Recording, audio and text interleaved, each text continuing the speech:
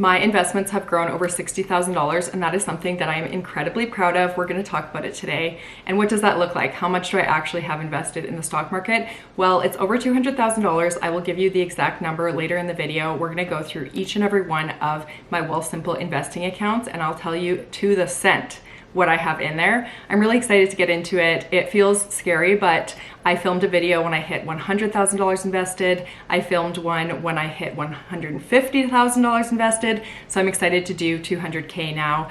I still can't really believe that that's how much I have invested. It's been such a whirlwind of a journey, and I have so many tips that I want to share with you. So if this is the first video of mine that you're stumbling across, hi, I am Mel, and yeah, where do I even start? Like, who are you? Well, I'm 32 years old. I live in Calgary, Alberta, Canada, and I live with my boyfriend. We've been together for almost 7 years. We've lived together for over 5. I have been working in marketing agency settings for just over 7 years. I've been at my current marketing agency for just over 5 years. I am social media director, so I am very humble and grateful to lead a team of really talented social media professionals. I have no debt, so I have no consumer debt, no car debt, no student loans, nothing. I'm very lucky to have no debt. And that leads me to my next point of addressing some privileges. So I would not be where I am today if I didn't have these privileges. So I think it's really important for me to call them out. Remember, we all start at different starting lines. I wish that it was an even playing field, but it is not. Life is unfair. We all have our own set of circumstances that determine where we're at in life. So for me, my parents paid for my university education, which was incredibly helpful. So that was why I don't have any student loans. I was gifted a vehicle when I was around 16. I ended up driving that vehicle for 13 years before I upgraded. And that vehicle was also a 2003 Toyota Corolla. So I really got, my parents' money's worth out of that car. When I was in my early 20s, I got a small inheritance from my grandpa. So my father passed away when I was 6. And when his father passed away, my grandpa, a small inheritance that would have gone to my dad went to me and my 2 sisters. So that was a nice little boost. I remember when this happened, it was like the number was insane to me. It felt life-changing. And honestly, it might have been life-changing when I look back, because that was something that really kickstarted my investment journey. And what else? When I was growing up, I didn't want for anything. My parents had good jobs. I mean, obviously the elephant in the room, my dad passed away when I was 6. That was a huge shakeup for our family. It was not great, to say the least, but that was one of the things, that was, probably one of the things that I don't have privilege on, was that happened. Everything else, I was pretty lucky. Okay, so we're gonna go through my accounts. I use Wealthsimple for all of my investing. I used to have investment accounts like all over, and I moved it all to Wealthsimple a couple of years ago. I absolutely love that company. I think that they're fantastic. I love how easy it is. I love the app design. It's truly amazing, and I have all of my money in there. And so as you get more money, you get to like unlock certain perks. So like lower management fees and even some other perks. So I highly recommend Wealthsimple. Okay, so let's look at the accounts. This is gonna be fun. It's gonna be so fun. Okay, so I also wanted to mention that we are going to be looking at my investment accounts today. I have considered doing a full net worth video. Honestly, it wouldn't be too much different than this video because I don't keep a lot of cash on hand. I will say we are trying to buy a house, so we have some liquid cash, but not that much. And so I don't know, we're focusing on investments today, but yeah, this isn't all of the money that I have. I do have a fully funded emergency fund. That's really important. Before you start investing, you should have an emergency fund so that you don't need to pull any of your investments out during an emergency, because that defeats the purpose of investing. So let's go into it.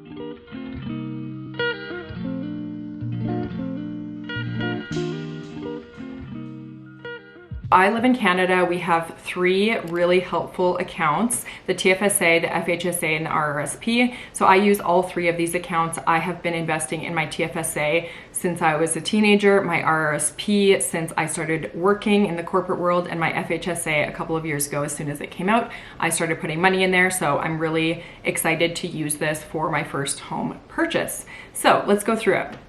The first account that I will go through is my TFSA. So in total, I have 9 I'm bad at reading numbers. In total, I have $90,253.27 as of today. These numbers fluctuate a lot. Once you have quite a bit of money in your accounts, you will notice the swings are bigger.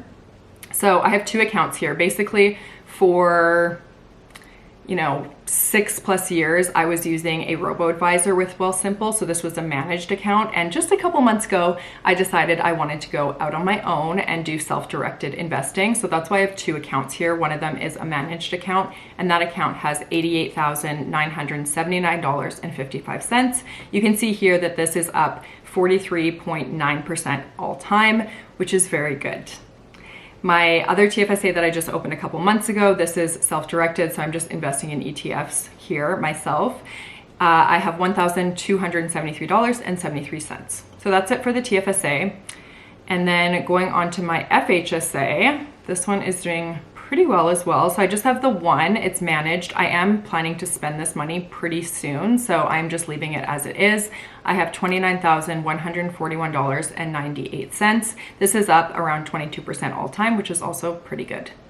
For RSP, this is my biggest account. I have 100,099, why is this so hard?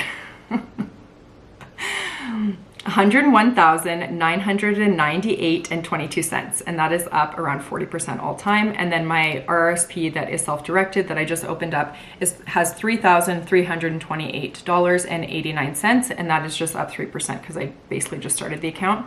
And then I do have a non-registered account. There was 1 year that I maxed out all of my accounts and I started investing in a non-registered account. I ended up selling a bunch of stocks from there, so right now I just have a small amount of money. It is $479.49. I'm just like leaving this account open for hopefully when I have so much money that I've maxed out all of my accounts and I can start investing in there again. But for now, it's just kind of sitting there. So looking at it all together, my investments are up $61,332.08, and that is up 37.42% all time. So in total, I have $225,220.43 invested in the stock market, and looking at that number, I truly am so proud. There's lots that have gone into this. I mean, as you can see, it has grown significantly. So that means that the market is doing well. I have seen lots of capital gains. These aren't realized yet because I haven't sold off my stocks. I've also made some significant progress with dividends. So I have it turned on where my dividends get reinvested, and I take a look every once in a while, and the dividends are dividending and it feels good. I actually considered turning off the reinvestment just to see how much dividend income is actually coming in, because I think it's more than I think it is. I also wanted to film this video now because when we do purchase our home, I will be borrowing some money from my RRSP. And that is a helpful program that we have here in Canada, and I feel comfortable with that because of where I'm at in my investments. I think that if I wasn't above the $200,000 mark, I would feel a little bit uneasy about doing that, but I feel really secure with where I'm at, so that will be something that is coming up. Now I want to dive into some tips. So yeah, this is all good and great. Like, congratulations on your investments, but what does this mean for me? So before I kind of get into the tips, like, take what is helpful for you from this and just ignore the rest. We're all on different journeys. I don't know where you're at in terms of your money. I'm just going to kind of share what helped me, and hopefully that will resonate with someone. So my very first tip is you have to face your money head on. I have some notes here if you see me looking down. You have to face your money head on. So you have to take an inventory of where you're at and figure out what your plan is. So if you have debt, you have to figure out a plan to get out of debt. If you don't have any debt, you have to figure out a plan on how you're going to start saving and investing. If you're already doing that, come up with a plan of what's your next goal? What do you want to hit? I think it's really important to get extremely clear on your why. It is such a cliche, but you will not make much progress if you don't know why you're doing this. I mean, that's just common sense. So for me, I got really serious about this again, probably 5 years ago. When I first started working my corporate job, I kind of set things up, but I wasn't really invested in investing. No pun intended. For me, I got really serious about my why, and I will tell you my why. And it's very personal, and everyone's why is going to be extremely personal. So for myself, I have struggled with a lot of mental health issues and also physical health issues. And I've always equated money with safety, and I want to always be able to take care of myself no matter what my health is doing. And so I wanted to invest as much money as early as possible so that I could have sort of like a safety blanket. And not everyone has the ability to do this. Not everyone wants to do this, but for myself, that is what I prioritize over anything. If there's a time where I'm not able to work due to my health, I don't want to be worrying about money. This came into play this year where I have actually had a really challenging year with my health, and thank goodness I prioritized my money before this, because truly my money is one of the things that feels like it's going right in my life right now. And to me, I do feel safe. I do feel secure in my money situation, and that is the gift that I gave to myself. Like past Mel was really looking out for present day Mel, and present day Mel is really looking out for future Mel. So that was really my why. And also when I started to learn about compound interest and how amazing it was, like once you see the numbers, once you see the math, you can't unlearn it, and it's going to motivate you to invest as much money as early as possible. I'll put up this little chart, and it's very sobering, okay? This little chart, it's from the Money Guy. And once you see this, you're gonna be like, okay, yeah, no, I really need to like hit the gas.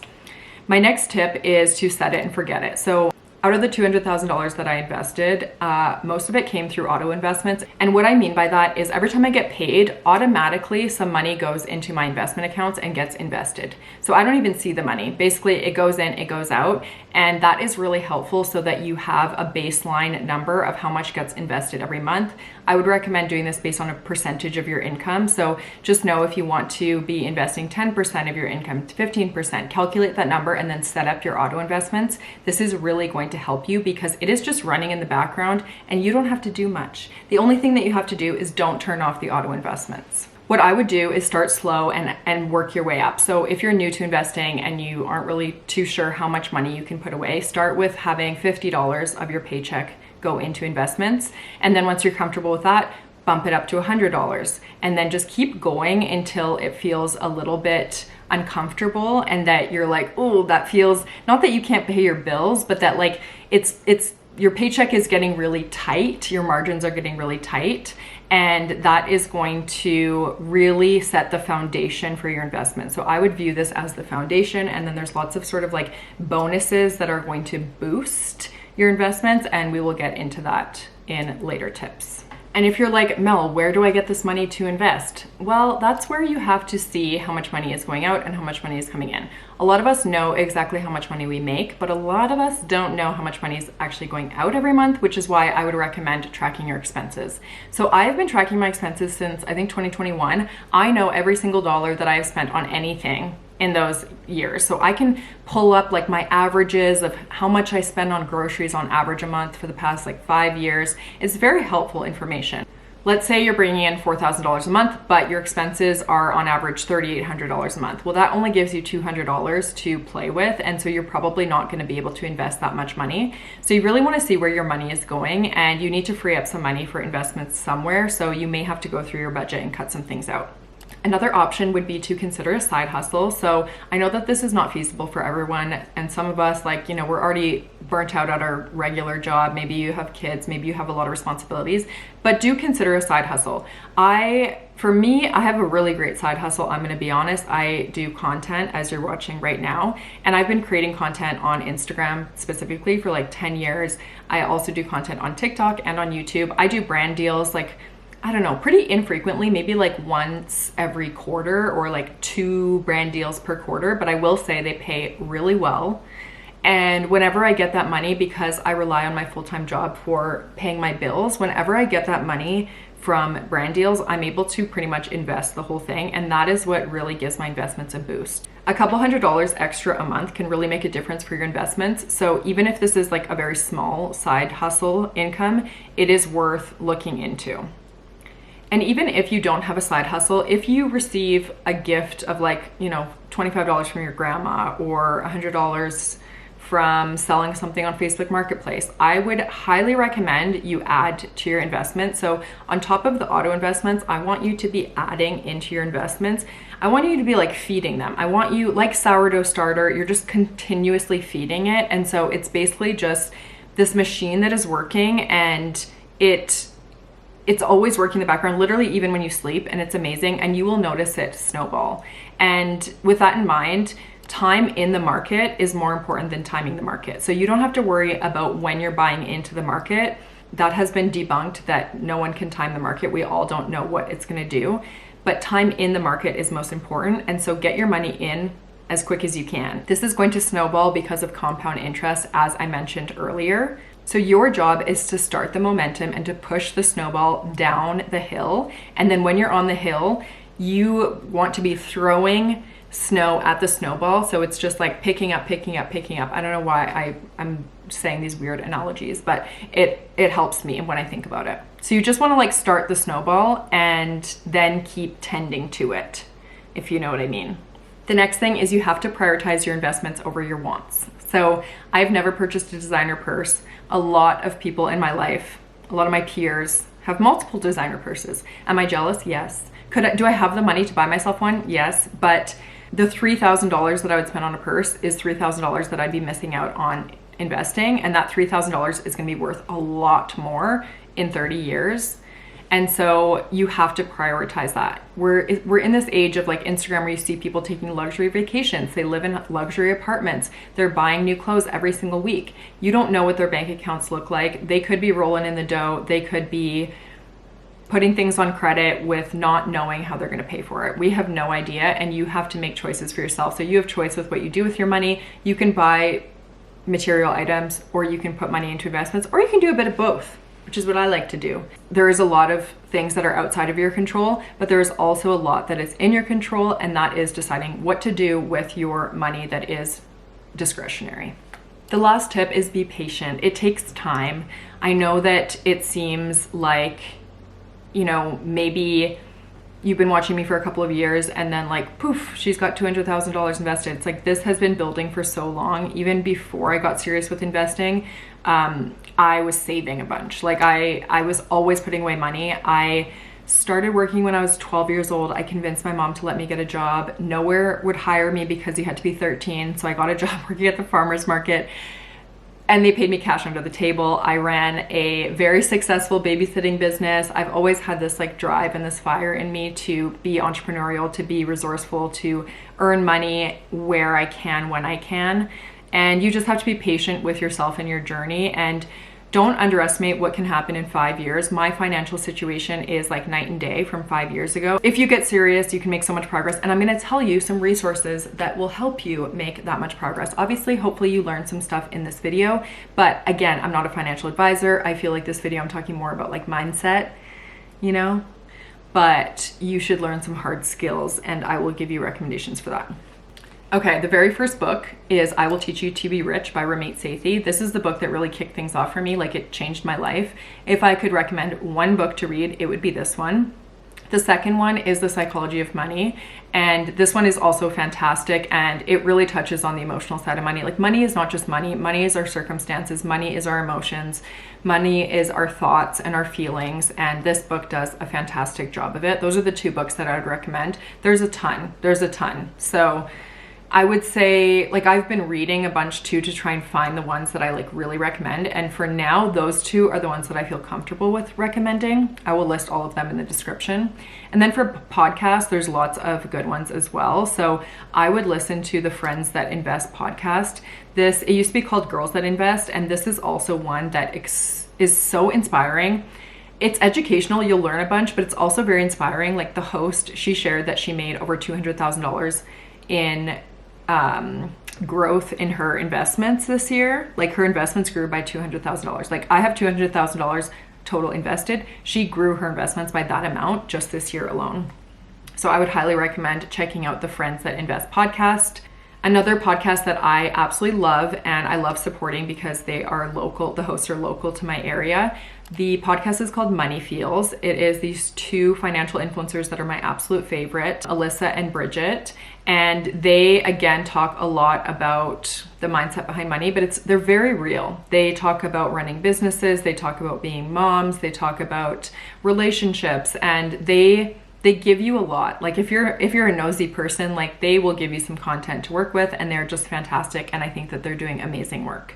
The last thing is Wealthsimple. I would highly recommend taking a peek around their website. There is a lot of information that is just right there. And you know, because it's coming from a reputable company, they're going to be putting out information that is accurate, factual, and is going to help you grow your money. So that is the last one that I would recommend. Again, there's so many resources out there, but I really don't want to recommend ones that I don't feel like fully aligned with, because there's all sorts of weird money advice and I don't want to steer you down the wrong path.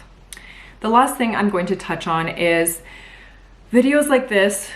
It can be easy to compare yourself. So whether you're comparing yourself to me and my journey, or whether you're watching someone else, or you're looking at an influencer on Instagram or anything like that, it's so easy to compare ourselves. And that's something that I have really struggled with, is comparison. And it is hard, and I'm not telling you not to do it, but something that really helped me, and I forget where I heard this, but it was like, someone was saying, if you look at someone and you're jealous of, let's say, their $200,000 investments, let's say you're looking at their life and you were like, I want that so bad, I'm so jealous. If you were to switch places with that person, if you were to live that person's life, you would be needing to take the good with the bad. So for example, for myself, if we switched places and you got my investment portfolio, you would have to take on some mental and physical health challenges that I don't think that you want.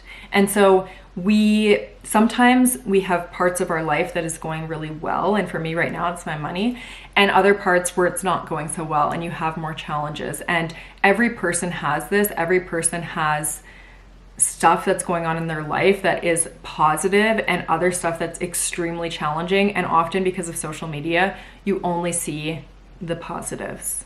So that can help me sometimes when I'm feeling like, oh, it looks like everyone's life is perfect and mine is not. Everyone's life is not perfect, and everyone just deals with different things. Again, we all have different circumstances, and I hope that that little analogy helped you. So, we did it. We did it. If you made it to the end of this video, comment a money emoji, anyone that you want, and let me know a money win that you have had. It doesn't have to be about investments. It can be about literally anything. What's a money win? And let's celebrate each other in the comments. Okay, I hope that you'll stick around, and I'll catch you in my next one. Bye.